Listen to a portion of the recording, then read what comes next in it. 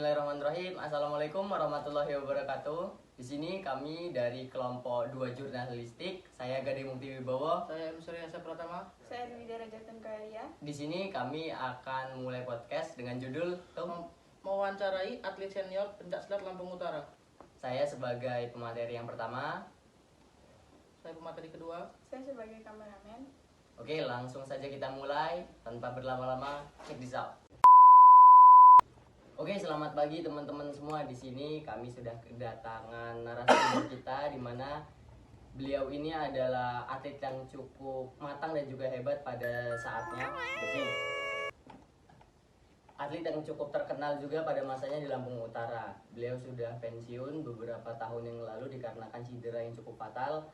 Jadi langsung saja kita tanya ke beliau sebagai aktor yang akan kita tanya-tanya untuk saat ini. Mungkin banyak nih dia yang belum kenal sama beliau ini. Coba langsung kenalan aja ya. Oke Mas, boleh langsung kenalan saja. Oke, sebelumnya perkenalkan, nama saya Dian Daru Cahaya Gumilang. Saya atlet pencaksilat Lampung Utara dari tahun 2015 sampai tahun 2022. Untuk prestasi dan lainnya nanti akan saya jelaskan lagi. Ada Mas Adi? Oke, jadi teman-teman semua yang belum tahu, sebenarnya kalau di Lampung Utara khususnya di cabang olahraga pencaksilat, beliau ini sudah sangat terkenal. Walaupun terkenalnya itu pada tahun yang agak cukup lama. Jadi beliau ini sudah berkancah di tingkat provinsi sudah beberapa kali dan bahkan cukup dipertimbangkan namanya di tingkat provinsi. Itu. Oh iya.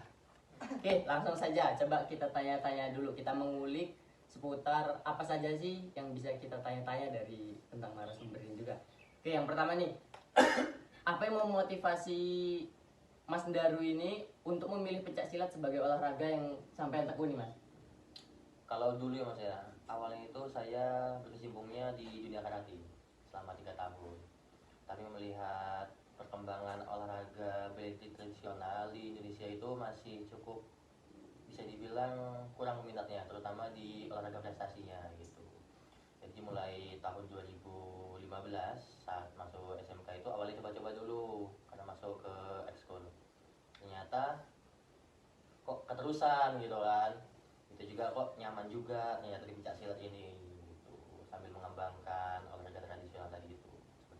Oh, jadi motivasi terbesarnya itu sebenarnya untuk melestarikan budaya bangsa. Nah, iya benar, tepat sekali Mas. Untuk prestasi dan lainnya itu menyusul, bonus lah bisa dibilang. Bonus gitu. boleh. Bonus aja dia. Ya. Ini sih Mas, kan perjalanan dari karate tadi kan. Hmm. Nah, masuk ke era pencaksilat itu gimana Mas? Masuk misalnya ada tantangan apa ini? Kalau dulu awalnya itu sulitnya itu karena memang beda sih Mas, secara kuda-kuda, secara serangan dan lain sebagainya itu kan bisa dibilang ya lumayan jauh lah perbedaannya, lintasan tendangannya, serangannya, lainnya itu beda. Dan juga dulu itu awalnya masih belum keluar langsung dari karate. Jadi masih sempat latihan karate sekaligus latihan pencaksilat gitu. Ya, tapi ternyata kok agak sulit gitu kan. Agak sulit kalau digabung-gabung gitu, bingung. Kadang-kadang pas latihan karate teknik pencaksilatnya keluar, pas latihan pencaksilat karatenya masih bawa-bawa gitu juga, jadi susah juga. Terus event pertama dari silat itu apa Mas? Kalau event pertama itu di kejuaraan Teknokrat Cup tahun 2015 bulan November kalau nggak salah. Jadi langsung provinsi ya? Iya, langsung provinsi waktu itu. Itu pesertanya banyak banget itu ya. Itu pesertanya satu kelasnya bisa 36 orang gitu. Luar biasa antusiasnya itu, karena waktu itu kan juara 1, 2, 3-nya ada bonus gitu kan. Kalau sekarang kan kejuaraan open itu jarang ada bonusnya gitu. Jadi langsung jadi mati keras tuh ya? Ya, tujuannya duit waktu itu kan. Oke, jadi lanjutan ini Mas. Ceritain sih pengalaman apa saja yang sudah Mas Daru saat pertama kali menjuari kejuaraan tingkat provinsi. Apa yang Mas Daru rasakan gitu pada saat itu? Kalau pertama kali juara itu di tahun 2016 kalau nggak salah, di Tanggamus waktu itu. Waktu itu masih kelas 1 semester 2. Ikut kejuaraan di Tanggamus itu, kejuaraannya Gisting Open namanya. Naik gunung berarti. Naik gunung ya, di pinggiran gunung waktu itu di sekolah MA Muhammadiyah Gisting. Terus yang pertama itu kaget pertama itu kan di Teknokrat sebelumnya, di event sebelumnya itu belum bisa menang, waktu itu kalah di penyisihan di lapangan besar waktu itu, mau perebutan tiket ke semi kalah. Pas di Gisting itu pertama menang penyisihan, main lagi, menang lagi, baru masuk semi. Nah di semifinal itu waktu itu ketemunya di Tanggamus, di Lampung malahan, tuan rumah yang sudah mewakili Lampung di kejuaraan nasional Tapak Suci waktu itu. Itu pertama kaget kan, aduh bisa enggak gitu kan. Dia juga ada bilang dia saya tunggu di semifinal katanya gitu kan. Lah coba aja lah apapun hasilnya gitu. Atau pas mau ke semifinal itu bagian pahanya ini bengkak gitu kan, karena di partai sebelumnya itu Udah tanding, ada main. tanding, udah main, terlalu keras juga, ada 2 kali main gitu kan. Karena dicoba-coba dipaksa aja, alhamdulillah masuk final. Ternyata di finalnya itu malah lebih nggak sulit daripada di semifinalnya itu tadi. Kalau nggak salah dengar-dengar perjalanan ke Gisting itu sulit banget ya, sampai berapa kali mabok gitu. Iya, itu salah satu tantangan sih itu. Karena biasanya kan kalau sampai Bandar Lampung udah berhenti itu kan, ataupun yang tempat lainnya gitu. Ini udah sampai Bandar Lampung, kirain udah deket karena waktu itu kan masih SMA gitu kan, belum tahu tempat-tempat sana. Ternyata sampai Bandar Lampung, naik mobil lagi kan. Nah 2 kali berarti naik berjam-jam ternyata gitu. Pas sampai sana itu udah nggak karuan, untungnya ada waktu recovery 1 hari waktu itu, jadi bisa pulih lagi pas tadi. Jadi ini mabok kan dengan? Ya cukup mabok. Kadang-kadang kalau pas lagi hoki gitu ya cuma sekali. Dia mabokan juga tetap juara provinsi berapa kali. Bayangin kalau nggak mabokan itu mas. Nggak mabokan berarti kan. Momen mabok terparah itu mana mas? Pas mabok gitu? Mabok parah. Sebenarnya campuran sih mas. Kalau yang paling parah itu di O2SN. Waktu itu kan karena nurin berat dari 63 ke 54. Jadi nurin kurang lebih berapa 9 atau 8 kilo gitu lah ya. Itu udah karena waktunya mepet gitu kan. Jadi konsumsi obat sana sini, konsumsi dipaksa supaya cepet turun. Ya dalam waktu 1 bulan itu turun alhamdulillah. Tapi pas sampai ke tempat tandingnya, ke penginapan gitu di hotel Kurnia waktu itu nggak salah. Itu udah mulai gak enak badannya kan. Pertama mabuk biasa, muntah sekali 2 kali gitu. Pas sampai Bandar Lampungnya kok makin parah gitu kan, mulai ternyata ditambah sakit sekalian karena maksa turun berat badan tadi itu, nggak boleh makan sekalian, minum obat pun ya pakai buah itu juga, karena kalau pakai air kan naik lagi beratnya gitu. Saya dengar deh, itu pernah ke Karang kan? Mabok tuh jemput kawannya, kalau nggak salah parah mas ya? Itu parah kalau yang itu awalnya itu emang sudah kepikiran sih mas, sudah lama nggak tanding, terus tiba-tiba disuruh berangkat kan, itu juga mendadak gitu, jadi belum ada persiapan, belum prepare lah waktu itu kan. Paksain aja lah, itu nggak bawa minum obat, biasanya kan harus minum obat dulu kan, yang 2 malahan lebih di batas gitu. Ini cukup sangat memotivasi ya teman-teman, walaupun keterbatasan di bagian kesehatan ataupun apa bukan menjadi halang rintangan kita untuk tetap terus berprestasi. Lanjut dong, orang kata. Saya mulai sih mas, kan kita nih hidup ini, Mas Daru lah, hidup kan ada yang berpengaruh kan dalam hidupnya. Terus siapa sih yang berpengaruh Mas Daru ini buat menjalani hidup, terus gimana jenjang pencak silat ini loh, jadi atlet senior ini sekarang mas? Kalau dulu motivasinya yang paling kuat itu dorongan itu dari keluarga ya mas dulu kan. Kan dulu saat SMP kan masuknya sekolah swasta, kan nggak terima sekolah negeri gitu kan. Terus yang gue masuk karate bisa keterima di sekolah negeri gitu kan. Pingin apa ya awal itu, pindah prestasi lah, supaya membuktikan bahwa saya ini bisa lo bersaing dengan anak-anak yang berkompeten di akademik gitu kan. Tanpa di akademik pun di akademik itu bisa gitu punya prestasi. 2022 ya masuk lagi di kabupaten, coba lagi walaupun hasilnya belum maksimal. Jadi sebelum kita lanjut, mungkin kita sama dorang ini berdoa dulu supaya mendoakan orang tua Mas Daru ini. Boleh. boleh ya. Jadi udah kita berdoa dulu ya teman-teman. Yuk, Jadi Al-Fatihah. Mulai.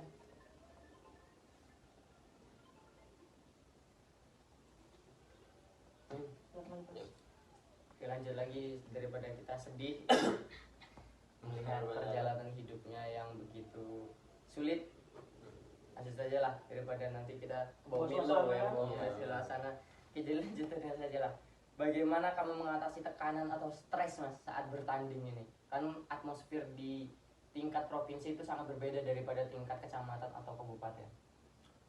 Itu sih mas, masih tantangan yang paling apa ya, paling berpengaruh lah untuk performa itu, entah itu pas awal tanding ataupun sudah saat mendekati gitu kan. Kadang hamin beberapa hari pun itu sudah terasa atmosfernya gitu. Pada saat di tempat pertandingan pun itu, apalagi sudah mendekati partai kita gitu, biasanya sudah terasa dak dikduk. Gimana caranya? Kalau saya biasanya sebelum tanding itu wudhu dulu mas.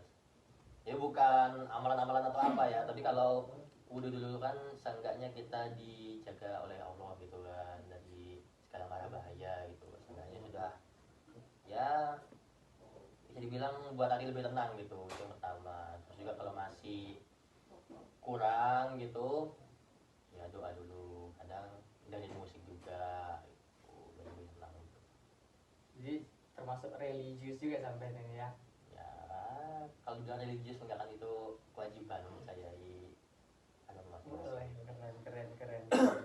Motivasi sekali sepertinya. Memotivasi generasi-generasi yang Iya. jarang sholat Nah benar. seperti Mas Surya.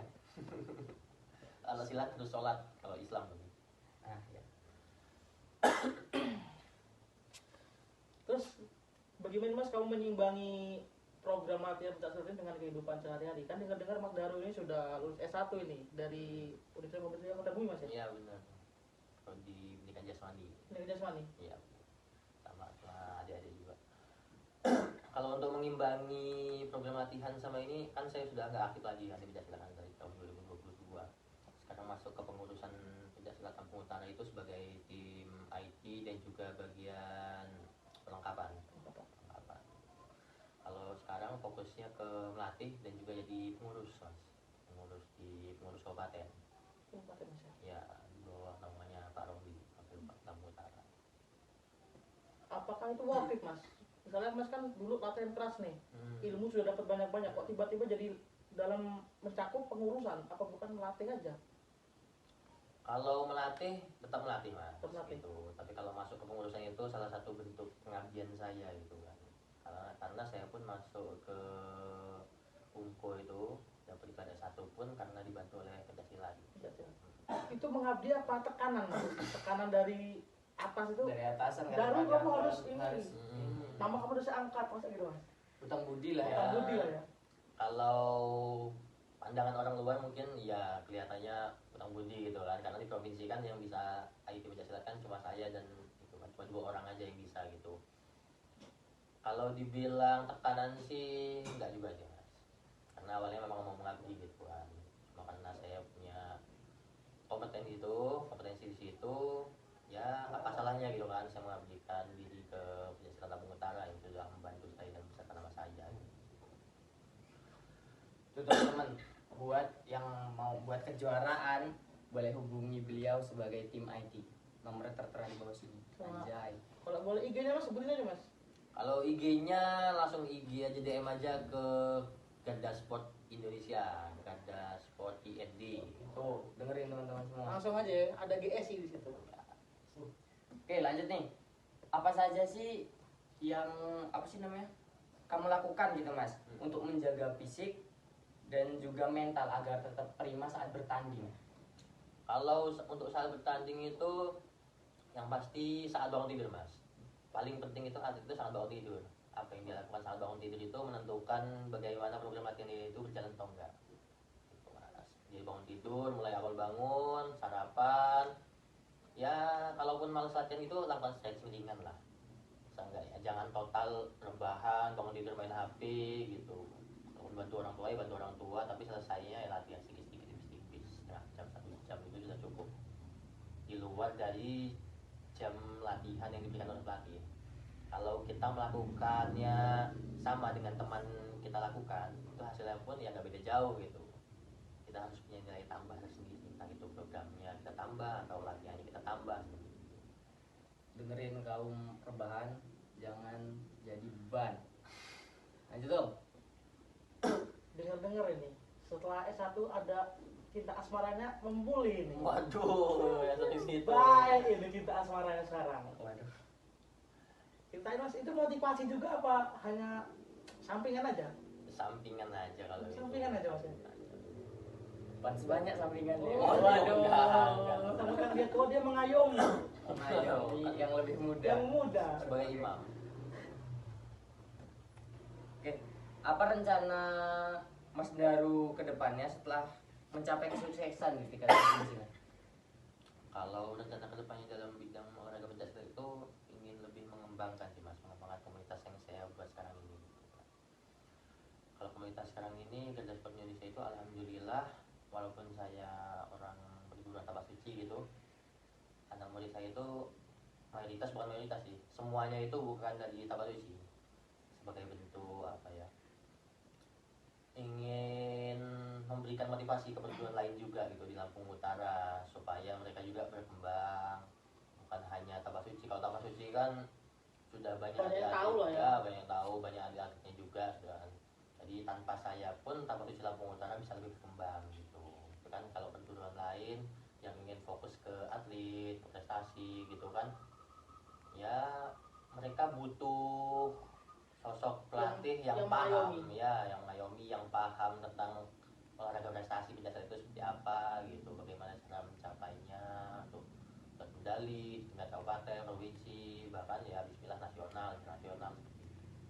Dengar-dengar nih, Din. Di S ini bukan hanya mencakup pencak silat aja, banyak cabang dalam itu. Apa aja itu kira-kira? Coba kita bisa tanya Tanya aja, aja. tanya Sebagai aja. founder. Sebagai apa? Owner, founder apa sih namanya? CEO aja lah. Ya, situlah pokoknya. Oke, boleh dijawab dulu Mas. Pertanyaan kita tentang apa saja sih cabur yang ada di GSI itu Yang sendiri? masih aktif, aktif semua mungkin. Aktif semua ya. Kalau GS itu kan ada dua divisi mas, divisi combat dan juga divisi bola gitu lah. Jadi kan kita ya bahasnya yang divisi combat kan. Kalau yang divisi combat itu sekarang ini yang aktif ada Muay Thai, ada boxing, ada pencak silat, dan juga kungfu, wushu yang paling aktif sekarang ini gitu. Untuk prestasinya juga ya semuanya sudah mencapai prestasi, bahkan di kejuaraan Kunmer pun Muay Thai Mas Gading juga salah satu anggota GSI gitu sudah meraih medali perak di kejuaraan dunia gitu kan. Dengkot Kamboja. ini jadi Mas ya? Ya Dengkot berarti ya. dengkot ya benar gitu. Tuh teman-teman, buat yang mau ngelanjutin prestasi daripada stuck di Lampung Utara, Langsung enak aja. ikut aja, join aja. GSI. Join GSI. Prestasi sudah pasti ada. Anjay. Untuk ingin menjadi juara, bergabunglah dengan para juara. Nah, Kemnya juga sudah ready ya. sudah ready, ini lagi pembangunan juga. Lagi pembangunan Insya Allah guys. kedepannya juga lebih besar lagi. Oke Mas, lanjut nih. Apa saja sih strategi yang digunakan sampean gitu, andalannya saat bertanding? Kalau adalah saat tanding itu menyesuaikan lawan sih mas. Kayak Kakashi. Kayak kasih Oh, jadi boy. pendek gitu. Kakashi. Kalau sekarang kan untuk atlet-atletnya itu apa ya, ngandelin satu teknik gitu lah, umumnya gitu Umumnya. kan. Tapi kalau saya kan menyesuaikan lawannya sih. Tapi kalau selama di provinsi selama ini yang paling sering digunakan itu tendang anti. Tendang anti. Karena Tendang anti jangkauannya yang agak miring itu ya, sih. tendang anti agak miring itu. Jangkauannya kan lebih panjang juga gitu. Sampai juga di kelasnya termasuk tinggi ya. Iya, termasuk tinggi. Waktu itu mainnya di kelas E. Jadi kan jangkauannya sangat diperlukan gitu kan, dimaksimalkan. Tapi nih selain maafin ya, selain yatim piatu, dia juga punya kelemahan. Bahunya sering lepas. Wah, itu cedera yang Cedera ya? boleh ceritain Mas, cederanya itu karena apa dan kok bisa gitu loh? Waktu itu pertama kali cedera itu di tahun 2016 di final Kejurda waktu itu, mau road to Kejurnas Jakarta. Di final lawan saya kalau nggak salah itu Mesuji waktu itu, main di kelas di remaja. Waktu main masih menguasai permainan di babak pertama, masuk ke babak kedua itu masih menguasai, tapi sampai di babak kedua akhir itu ada sebuah insiden itu bagian ligamen atasnya itu bermasalah, jadi dislok. Dan sampai sekarang tuh. Sampai sekarang, waktu itu sempat sembuh, bukan sembuh sih, Reda. jarang ada cedera lagi. Itu di tahun 2016 seterusnya itu udah jarang cedera sampai tahun 2021 sirkuit putaran 2 di Lampung Barat. Waktu itu ngambil Lampung Utara. Awalnya memang nggak mau main, tapi karena putaran 1 sudah main, sudah dapat poin, untuk lanjut ke partai final provinsi di Bandar Lampung itu harus main di putaran 2. Jadi mainlah berangkat ke 2 di Gora Isaka waktu itu, lupa tanggalnya. Kumat lagi saat nyoba ngapain bandingan putaran, ternyata lepas lagi. Waktu itu poinnya masih menang jauh, tapi karena banyak pertimbangan akhirnya pelatih lempar handuk. Waktu itu saat lempar handuk juga ini mas, satu-satunya provinsi ini agak lain juga bang. Lempar handuk, handuknya sebalikin. Boleh itu, Bang? Ya kalau di peraturan itu aslinya nggak boleh. Cuma waktu itu ketua pertandingannya itu siapa? Udah Padi. Udah Padi, almarhum Udah Padi itu. Boleh lanjutkan aja gitu. Karena poin menang jauh. Karena poin menang jauh, waktunya juga ya satu babak lagi gitu. Akhirnya dicoba, lepas lagi berkali-kali. Sudah parah, sudah dihentikan lagi. Apa itu alasan sampai ini pensiun, Mas? Pensiun dini lah. Waktu itu ya memang pinginnya langsung pensiun. Awalnya kan di 2020 itu, 2021 awal itu emang orang tua meninggal gitu kan, emang bikin pensiun awalnya. Terus berangkat sana itu sudah nggak ada motivasi lagi, tambah cedera sekalian. Tapi di tahun 2022 itu dipanggil lagi sama tim Lampung Utara. Pengen nyoba di Waikanan, sudah seleksi tim Waikanan. Ternyata ada pemangkasan atlet, pengurangan kota. Akhirnya pindah lagi, dipanggil lagi sama tim Lampung Utara untuk mewakili Lampung Utara di Porprov 2022. Itu ternyata. Ngomong motivasi nih mas, coba tolong kasih motivasi sama kaum yang malesan itu mas. Untuk kaum atlet yang malesan, kalau mimpinya besar, usahanya juga harus besar. Nah, kata-kata hari ini tuh. Menyesuaikan lah ke usahanya, Menyesuaikan. hasilnya. Betul.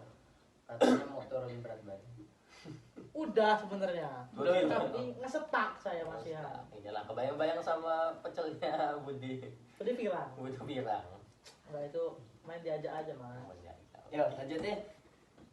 Apa yang Mas Daru lakukan nih saat mengalami kekalahan atau kegagalan dalam pertandingan? Pasti kan ada tuh saat pertandingan kita kadang-kadang kalah, kadang-kadang ya mau menang nih, kadang-kadang tiba-tiba cedera gitu. Apa dicurangi juri gitu kan banyak tuh rumor beredar Ya ya. berapa gitu kan. Ya apa yang saya lakukan kalau selesai pertandingan ya pasti nangis kan. Karena kebayang lah latihannya berbulan-bulan kalah cuma 3 2 menit. menit gitu kan. Ya 3 babak 6 menit. Mentok-mentok ya kalau bersih paling 15 menit gitu kan. Latihannya berbulan-bulan tuh gak kira-kira, bangun pagi lari. Kalah trauma ya. Kalah trauma. Turun lagi. Ini orang kayak ini itu. Iya mas gitu lah. Ya yang dilakukan pertama introspeksi lah, apa yang kurang gitu, evaluasi lagi apa yang kurang, diperbaiki lagi, apa programnya kemarin sudah benar gitu, diperbanyak lagi lah, lebih ke introspeksi lagi gitu, evaluasi. Sebagai founder dan pengurus nih mas, mas pernah nggak sih membuat suatu event atau turnamen tuh mas? Waktu dekat ini. Kalau waktu dekat ini yang terakhir kemarin itu event kerjasama dengan Kak Kimal. Gimana? Ya, Kepala Angkatan Laut di Provinsi Lampung. Itu provinsi deh langsung, Ya. langsung provinsi mas. Waktu itu Bapak Letkol Menit Ahmad Sobi Herman. bantu juga, akhirnya di ACC, saya dan rekan-rekan sekalian juga. Ya, memenuhi keinginan dia untuk buat event itu juga, buat maksimal provinsi, alhamdulillah tembus di atas 300 peserta.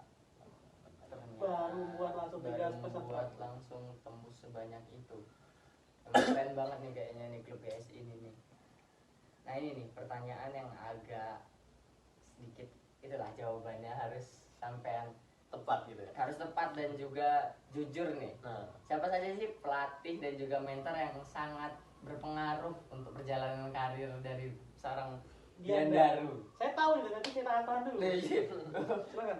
kalau ya saya nggak bisa mungkin lah, dulu saya nggak bisa nendang gitu kan. Pertama kali bisa menendang itu kan di karate juga ya. Dari awal lah saya sebutinnya itu ya almarhum Sensei Saiful, terus ke Pai Tesi, Aldo Adi dan senior lainnya, sebagai lainnya gitu. Saat masuk pencak silat pertama itu pelatih saya itu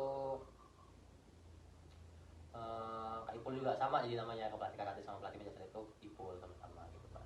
Saiful Ampri. Saiful Ampri SMA tahun 2016 akhir itu beliau sudah terima kerja, jadi pindah pulau rantau. Akhirnya dilanjutkan dilatih oleh Mbak Novita Trindadi, pelatih sekaligus ya senior lah di tim Pencaksilat Lampung Utara gitu. Banyak prestasi juga tadi tingkat kabupaten, provinsi, nasional gitu. Sudah banyak prestasinya.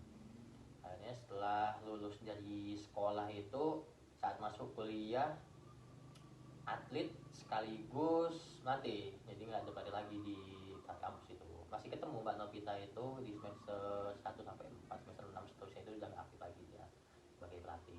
Izin motong nih Mas. Jadi di kampus itu atlet sekaligus pelatih. Iya Mas. Oh apa enggak kampus nggak menyiapkan pelatih gitu ya? Aneh ya kampusnya ya. Kampus apa tuh Mas? Umumnya kalau di kampus lain ya adalah SK pelatih untuk pelatih kabupaten kayak ya Mila, UA, lainnya itu ada SK. Aturannya ya Mas ya? Aturannya, cuma berhubung mungkin Kampus gak ada duit. Nggak juga, Universitas Oh. Muhammadiyah Kota Bumi itu masih kurang paham tentang manajemen olahraga pencaksilat. Olahraga khususnya pencaksilat, kalau saya lihat selama ini ya mungkin mereka belum ada orang yang kompeten lah di bagian atas itu tentang paham lah gimana. Oke lanjut nih, diperjelas lagi nih. Padahal ada penjasa dalam situ ya? Sudah lah itu. Nah, sudah Ini nih pertanyaan yang sebutkan satu orang pelatih atau mentor itu yang paling berpengaruh untuk perjalanan karir. Waduh. Kalau semuanya berpengaruh sih Mas. Yang paling Yang paling, Yang saling menjurus lah.